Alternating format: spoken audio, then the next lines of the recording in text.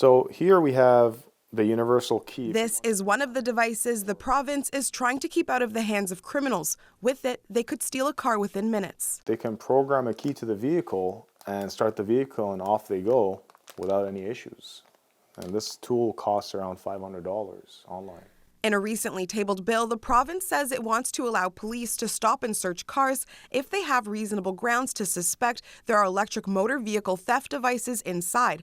That includes tech such as key fob programmers, fob scanners, and some smartphone applications. But criminal lawyers say it could become an avenue for charter rights violations or legal challenges if police stop a driver based on mere suspicion. Wide discretionary authority by police, especially in the context of things like the Highway Traffic Act and traffic stops in general, are a breeding ground for racial profiling to occur precisely because of the large kind of discretionary search power that's endowed kind of in these moments where there's very little known about who the driver is. I'm concerned that there's a power here that the police might abuse, and that could lead to additional litigation.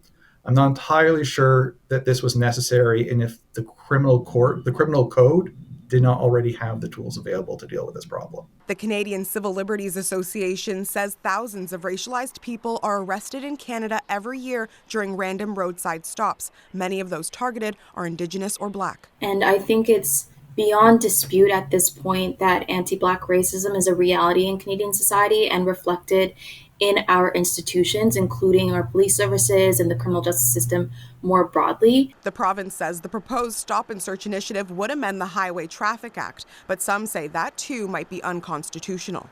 The purpose really of the HTA is to regulate driving practices by endowing the HTA with search powers that are designed to root out auto theft. It's taking on a criminal dimension that arguably oversteps the bounds of provincial jurisdiction, and that's an area that I would suspect is going to come under criticism. Some experts in car tech say initiatives aimed at auto theft are generally a good thing, but add that this initiative doesn't address some of the root causes. First, that anyone can buy key fob tools and tutorials are readily available online. Second, that car manufacturers are making key fobs that are too easy to hack. Many say automakers need to do more.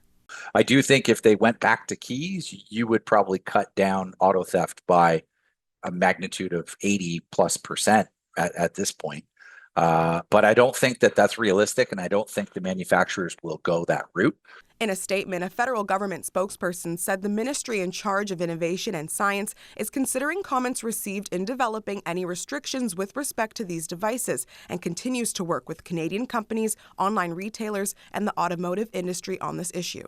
CBC Toronto reached out to the province several times for comment regarding concerns about racial profiling and the constitutionality of the proposed bill. Neither the Ministry of Transportation nor the Solicitor General's office would provide a statement. Britnei, CBC News, Toronto.